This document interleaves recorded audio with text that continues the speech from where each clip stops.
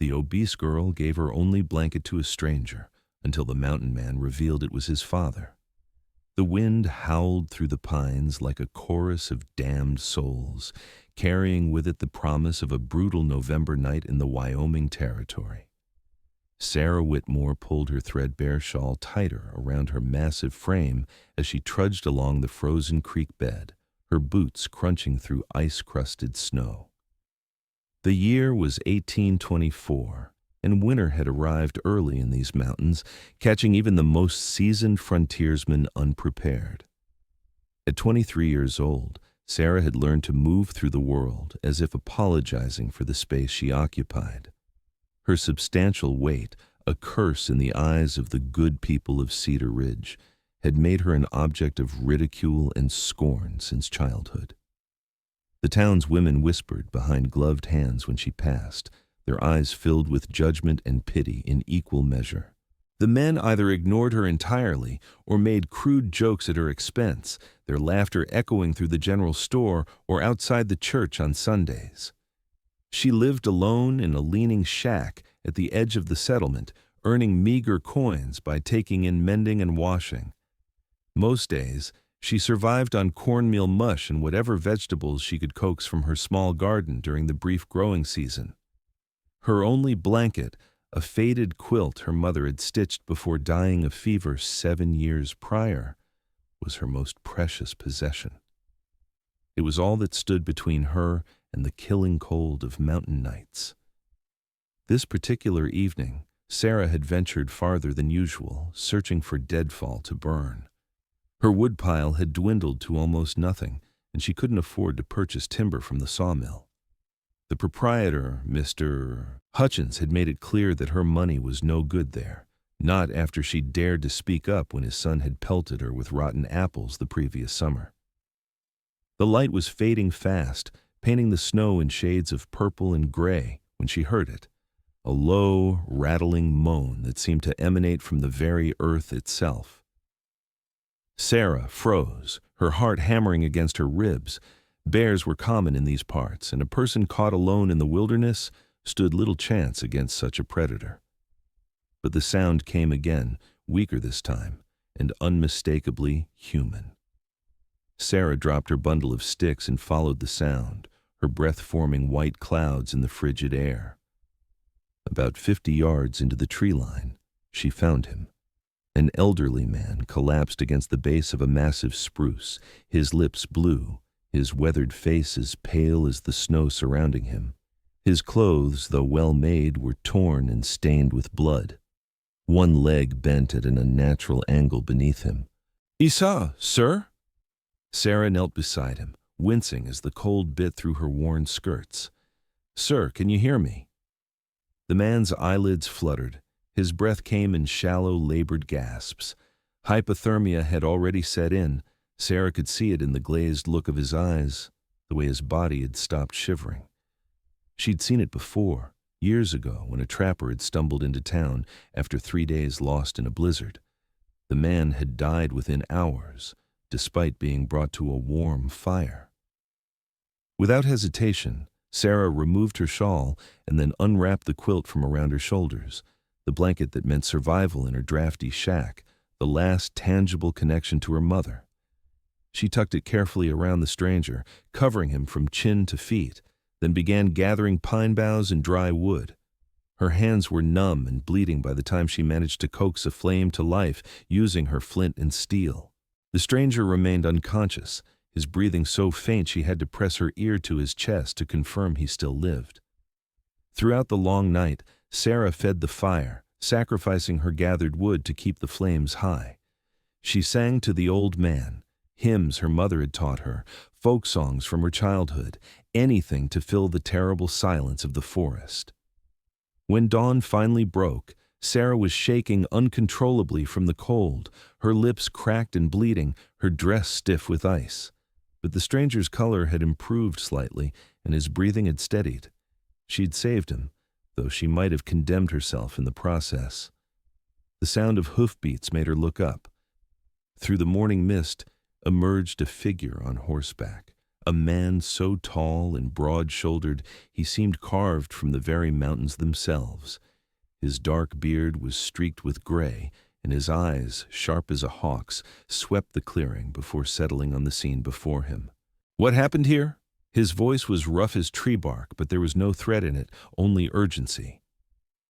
"I found him last night," Sarah managed through chattering teeth. "He was dying. I did what I could." The mountain man dismounted in one fluid motion and rushed to the elderly man's side. As he knelt, pushing back the quilt to examine the stranger's face, Sarah saw his entire body go rigid. The color drained from his weathered face, and his hands began to shake. "Pa?" The word emerged as barely a whisper. "Oh God, Pa, is that you?" The mountain man, who Sarah would soon learn was called James Bridger, known throughout the territory simply as Bridge, lifted the elderly man with surprising gentleness, cradling him as one might hold a child. Tears streaked through the dirt on his face, leaving clean tracks down his weathered cheeks. "He's your father?" Sarah asked, struggling to her feet. "Thomas Bridger," Bridge confirmed, his voice thick with emotion. "Been missing 3 years come April. Everyone thought he'd been killed by Blackfoot raiders or died in the mountains. He was supposed to meet a trading party at Fort Union, but never arrived." He looked at Sarah properly for the first time, taking in her substantial frame, her ice-stiffened dress, her blue-tinged lips. "You stayed out here all night? With him?" Sarah nodded, too cold to speak. "You gave him your blanket." It wasn't a question. Bridge had seen the quilt, had recognized it for what it was, not some spare covering, but the kind of well-worn, oft-mended blanket that represented a person's only defense against the elements. "He needed it more than I did," Sarah said simply. Bridge stared at her for a long moment, something shifting in his expression. "Can you ride?" Yes, but I don't have a... You're coming with us." Bridge's tone brooked no argument.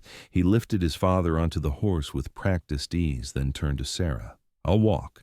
We're going to my cabin. It's about 3 miles north. Can you make it?" Sarah wanted to protest, to explain that she should return to her own shack, but her body made the decision for her. Her knees buckled, and if Bridge hadn't caught her with one arm, she would have collapsed into the snow. "That settles it," he muttered. With remarkable strength, he lifted her onto the horse behind his father, positioning her so she could hold the old man steady. "Just hold on. We'll be there soon." The journey through the snow-laden forest passed in a blur of white and gray. Sarah drifted in and out of awareness, her body beginning to shut down from exposure. She was vaguely conscious of Bridge's steady presence beside the horse, guiding them through the wilderness with the confidence of a man who knew every tree and stone. When they finally arrived at his cabin, a solid structure of hewn logs nestled in a protected valley, Sarah barely registered the transition from freezing air to blessed warmth. Bridge carried his father inside first, laying him on a bed piled high with furs, then returned for Sarah. "I can walk," she protested weakly. "Like hell you can." He lifted her effortlessly despite her size, carrying her into the cabin and settling her near the stone fireplace, where flames already crackled and danced. "You're half frozen. When's the last time you ate?" Sarah couldn't remember. "Yesterday? The day before?" Bridge didn't wait for an answer. He moved with efficient purpose around the cabin, stoking the fire higher, heating water, preparing a thin broth that he insisted both Sarah and his unconscious father consume. Over the next 3 days, Sarah existed in a strange twilight state. Bridge tended to both his patients with a skill that surprised her, setting his father's broken leg, treating the old man's various wounds, forcing both Sarah and Thomas to drink broth and tea at regular intervals. He'd learned frontier medicine, he explained, during his years as a trapper and scout, working alongside a Shoshone healer who'd taken him under her wing. Thomas Bridger drifted in and out of consciousness, murmuring fragments of stories about his captivity among the Crow people, who'd found him near death after a fall from his horse, and nursed him back to health. He had lived with them for 3 years, unable to find his way back to familiar territory until he'd finally escaped during a trading expedition. He'd been making his way south when the early storm caught him, and his old injury had given way, leaving him stranded and dying in the snow. On the 4th morning, Sarah woke to find Thomas sitting up in bed, lucid for the first time. His eyes, the same piercing blue as his son's, focused on her with startling intensity. "You're the one who saved me," he said. It wasn't a question. I only did what anyone would do," Sarah stammered. "No." Thomas shook his head slowly. "Most people would have walked past. Hell, most people would have robbed me and left me for the wolves. But you gave me your only blanket. My son told me. That quilt there. That's all you had, wasn't it?" Sarah didn't answer, but her silence was confirmation enough. "Why?" Thomas pressed. "You don't know me. I'm nobody to you."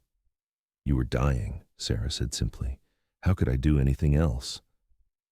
Something passed across the old man's face, an emotion Sarah couldn't quite identify.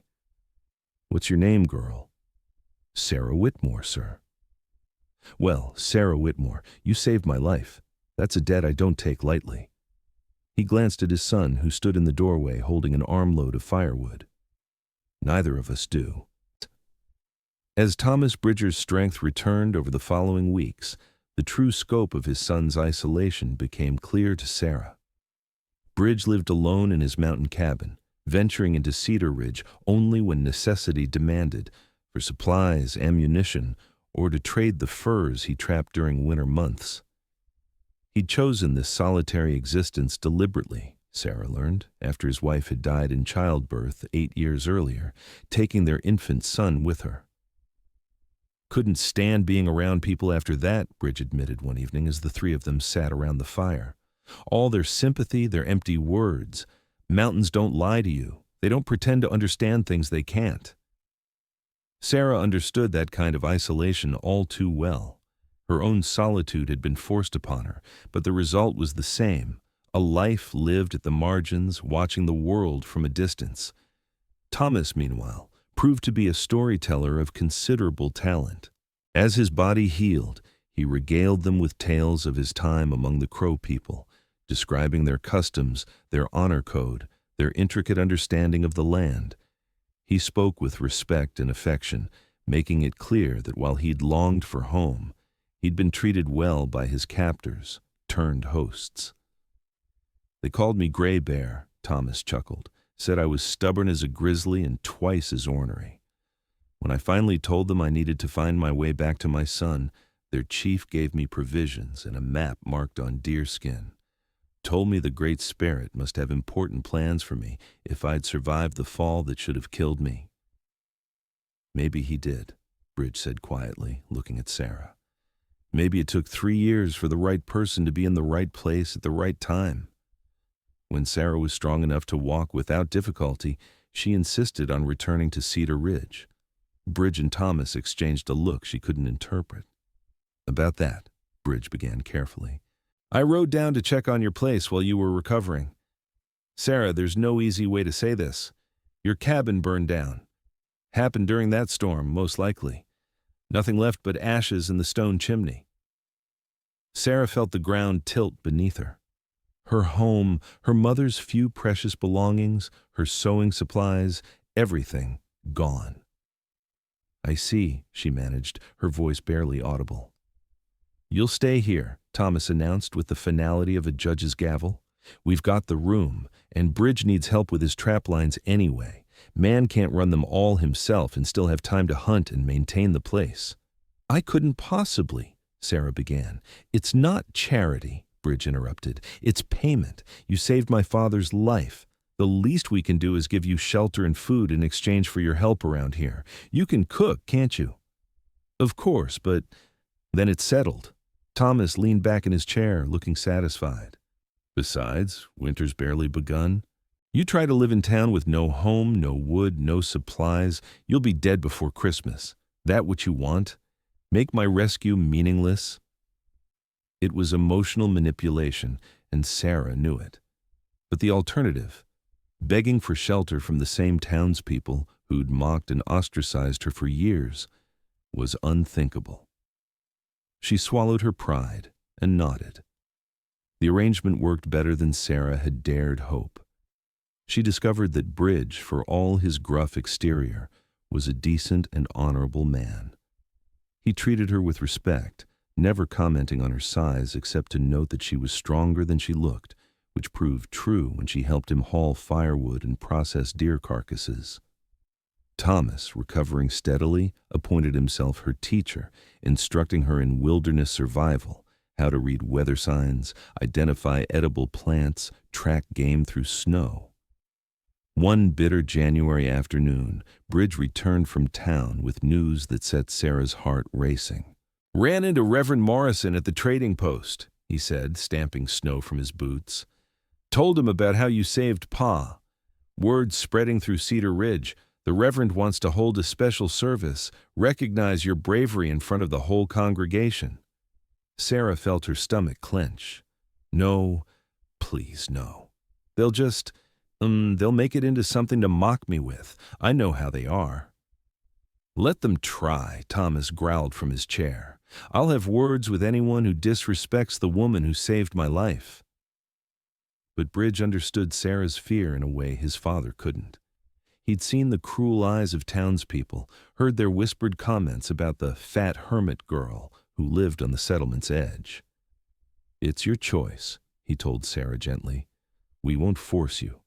But maybe it's time they saw you different, saw you as you truly are." Spring arrived late that year, the snow finally retreating in early April to reveal a landscape reborn in shades of green and gold. Thomas Bridger, fully recovered, had grown restless in the cabin despite his obvious affection for his son and Sarah. "I need to go back," he announced one morning, "to Cedar Ridge. Been gone 3 years. People deserve to know I'm alive. Got affairs to settle, property to claim." "We'll all go," Bridge decided, "together." Sarah's protests were overruled by both Bridger men. On a bright Saturday morning, they rode into Cedar Ridge. Bridge on his roan stallion, Thomas on a borrowed mount, and Sarah on a gentle mare Bridge had purchased for her from a passing trader.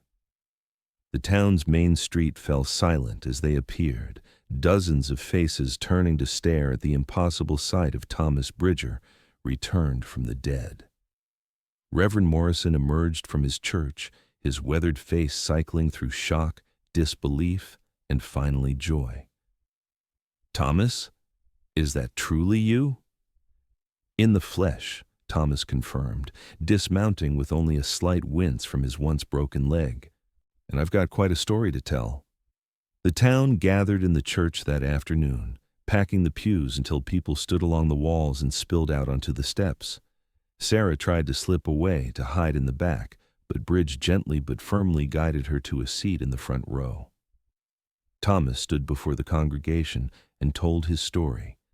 Every detail of his disappearance, his time with the Crow people, his desperate journey home through the early winter storm. Then he came to the crucial part, and his voice rang through the church like a bell.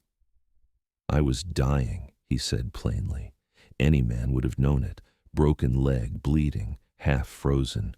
I'd made peace with God, figured I'd at least meet my end under open sky. Then an angel found me. Sarah felt every eye in the church turn toward her. "This woman," Thomas continued, pointing directly at Sarah, "didn't know me, had no reason to help me. By all accounts, this town had given her precious little reason to help anyone from Cedar Ridge. But when she found me dying in that snow, she didn't hesitate. She gave me her only blanket, the last thing her deceased mother left her. Then she stayed awake all night in freezing weather, keeping a fire going, keeping me alive when any sensible person would have sought shelter." He paused, letting his words sink in. "I heard some of you whisper about her when we rode in. Heard your comments, your little jokes.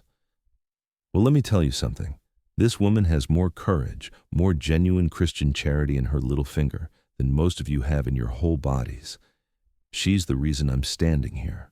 She's the reason my son has his father back, and anyone in this town who shows her anything but the utmost respect will answer to me." The silence that followed was absolute. Sarah felt tears streaming down her face, though whether from gratitude, embarrassment, or relief she couldn't say. Then Reverend Morrison began to clap, and slowly, hesitantly, others joined him until the entire church echoed with applause. But Sarah barely heard it. She was watching the faces in the crowd: Mrs. Hutchins, whose son had tormented her; Mr. Bradley, who'd refused her credit at his store; Martha Yates, who'd once loudly suggested Sarah's size proved God's displeasure with her. Their expressions varied. Some showed genuine shame, others merely looked uncomfortable, and a few remained coldly skeptical. As the congregation filed out after the service, a few people approached Sarah with awkward apologies.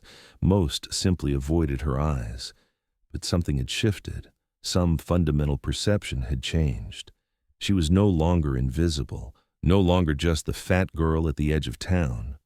She was the woman who'd saved Thomas Bridger. That evening, as they prepared to ride back to the mountain cabin, a commotion erupted near the general store. A group of men had gathered around someone crying for help. Bridge and Thomas exchanged a look and strode toward the disturbance, Sarah following despite her instinct to flee from conflict.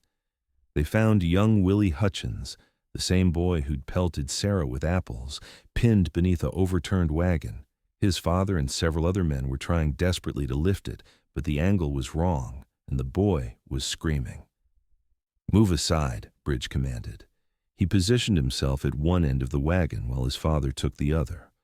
On 3. 1, 2.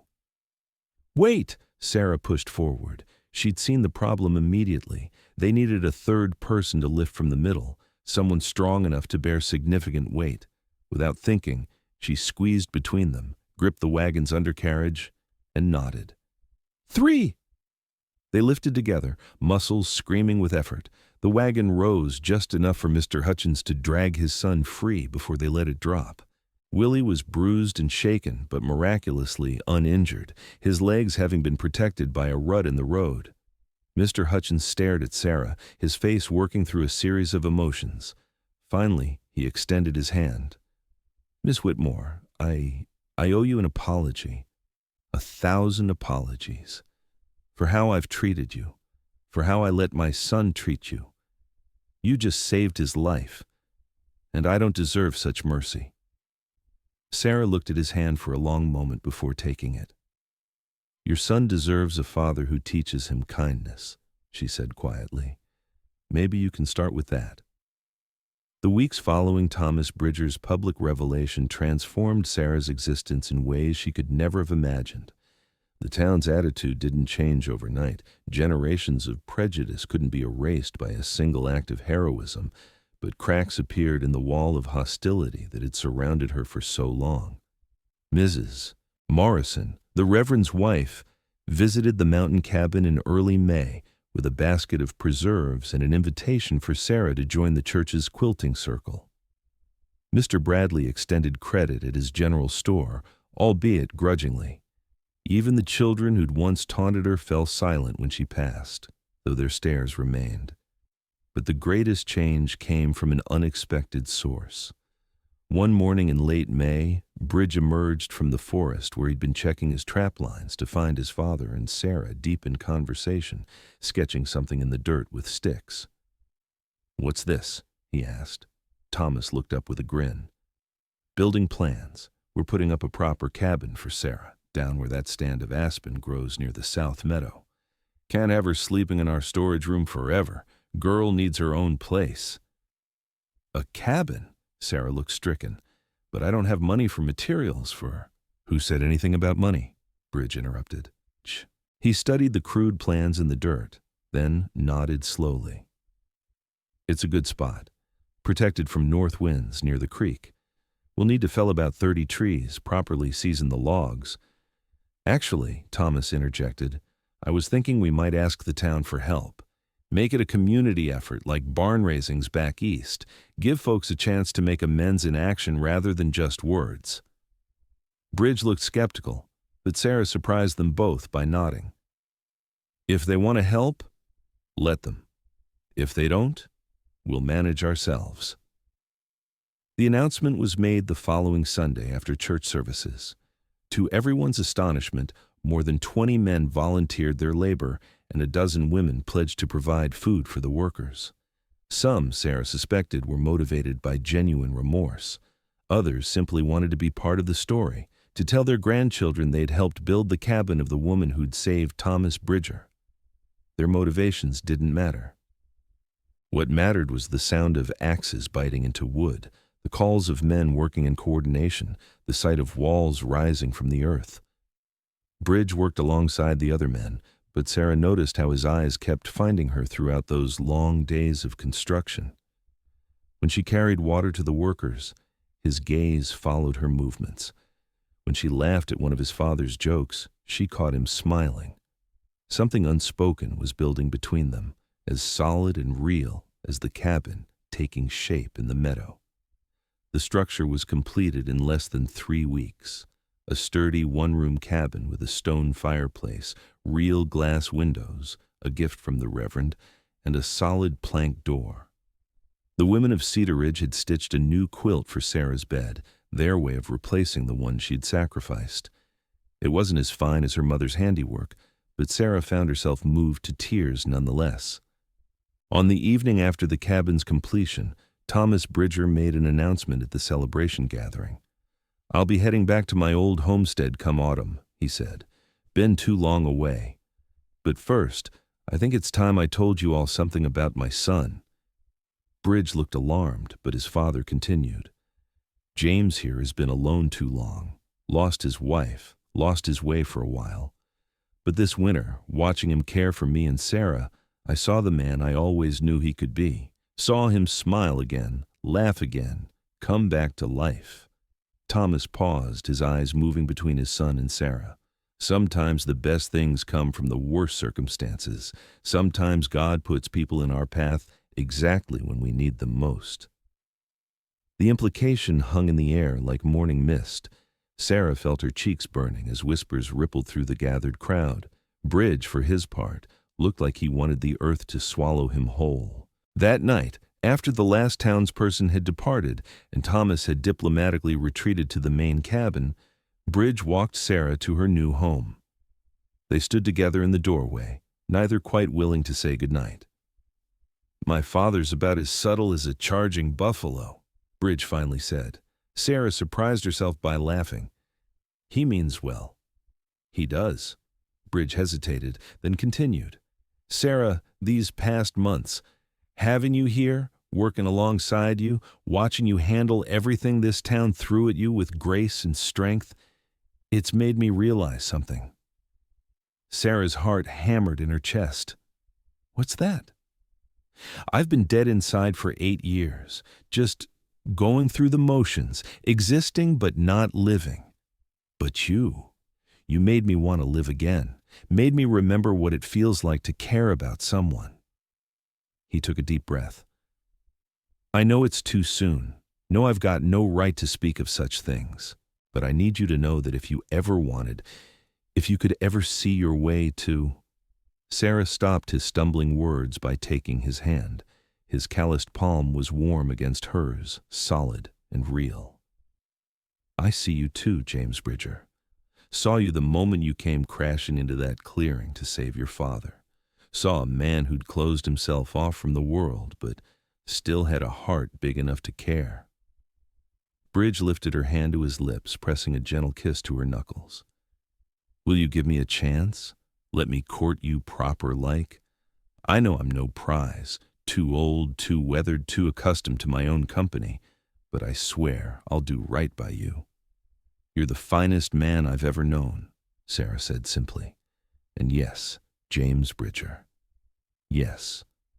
The summer of 1825 passed like a dream. Bridge courted Sarah with the determination and focus he brought to tracking game through the wilderness, thoughtfully, patiently, with careful attention to detail. He brought her wildflowers from the high meadows, taught her to fish in the cold mountain streams, took her to a hidden valley where elk gathered at dusk. Thomas watched their growing attachment with barely concealed satisfaction. "Knew it from the start," he told Sarah one afternoon as they worked together preserving the spring's bounty.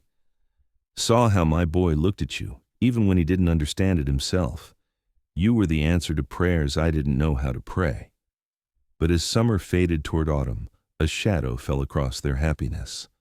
Thomas's health, which had seemed fully restored, began to decline. He tired easily, suffered from persistent pain in his chest. The local doctor, summoned from Cedar Ridge, examined him and delivered devastating news. Thomas's heart had been damaged during his ordeal in the snow. He might have months, he might have years. There was no way to know. Thomas took the news with characteristic stoicism. "We all die eventually," he told his stricken son. "At least I got to see you happy again before my time comes." The diagnosis changed everything and nothing. Bridge and Sarah's courtship took on new urgency, but they found themselves treasuring small moments, shared meals, quiet evenings by the fire, Thomas's stories of Bridge's childhood. In early October, as the aspens turned gold and the first snow dusted the high peaks, Bridge proposed formally at sunset, kneeling before Sarah with a simple gold band he'd traded 3 months' worth of furs to obtain. "I ain't poetic," he said gruffly. "Can't promise you an easy life or fancy things, but I can promise you loyalty, respect, and a love that'll last till my last breath. Sarah Whitmore, will you marry me?" Through tears, Sarah accepted. They were married 3 weeks later in Cedar Ridge's church, with the entire town in attendance. Thomas, though clearly ailing, stood as his son's best man, his pride evident despite his labored breathing. Reverend Morrison performed the ceremony, speaking of how their union proved that God's grace could transform even the darkest circumstances into light. But the celebration that followed held an undercurrent of sadness. Everyone could see Thomas fading, could recognize the signs of a man whose time was running short. He danced one waltz with Sarah, leaning heavily on her for support, and whispered in her ear, "You gave me back my son before I died. Can't repay a gift like that." That winter was both the hardest and most beautiful of Sarah's life. She divided her time between her own cabin, now expanded to accommodate Bridge, who'd moved in after the wedding, and the main cabin where Thomas spent increasing amounts of time in bed. She nursed him through bad spells, cooked his favorite meals, sat with him during long nights when the pain kept him awake. Bridge struggled with his father's decline, alternating between denial and devastation. Sarah held him through dark moments when grief threatened to overwhelm him, reminded him that Thomas's last months had been filled with joy and family, gifts not everyone received. Thomas Bridger died in his sleep on a cold February night, 3 days after his 63rd birthday. His last words, spoken to Bridge the evening before, were characteristically practical. "Don't mourn too long. You've got a wife now, and God willing, children to come. Live for them, not for me. That's how you honor my memory." They buried him on a rise overlooking the valley, with a view of the mountains he'd loved. Half of Cedar Ridge attended the funeral, paying respects to a man who'd become something of a legend, the trader who'd survived 3 years with the Crow, who'd nearly died in a blizzard, who'd been saved by an angel. In the months following Thomas's death, Sarah discovered she was pregnant. The news arrived like spring after a brutal winter, bringing hope and purpose back to their grief-shadowed existence. Bridge's joy was tempered with fear. Memories of losing his first wife and child haunted him, but Sarah's strength and the skilled midwifery of Mrs. Morrison provided reassurance. Their daughter was born in late October, exactly 1 year after Bridge's proposal, during the first snowfall of the season. She came into the world howling with indignation, perfect and healthy, with her father's blue eyes and her mother's determination written in every tiny feature. They named her Grace, for the grace that had brought them together and sustained them through darkness into light. The years that followed were not without hardship, Winters were harsh, game could be scarce, and the isolated mountain life demanded constant work and vigilance. But they were good years, filled with the small pleasures and deep satisfaction of a life well lived. Sarah discovered talents she'd never known she possessed. She became skilled at tanning hides, at identifying medicinal plants, at navigation through wilderness that would have terrified her city-raised mother.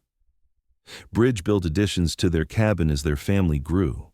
A son, Thomas, born 2 years after Grace, and another daughter, Margaret, who arrived 3 years after that. Cedar Ridge's transformation was more gradual, but no less real. The town that had once ostracized Sarah now held her up as an example to their children, proof that true character revealed itself in action, not appearance. The quilting circle Sarah had initially joined out of obligation became a genuine source of friendship. Women who'd once whispered about her now sought her advice on everything from child rearing to surviving difficult marriages. Bridge, too, found himself drawn back into community life. His skills as a tracker and guide made him invaluable to settlers new to the territory.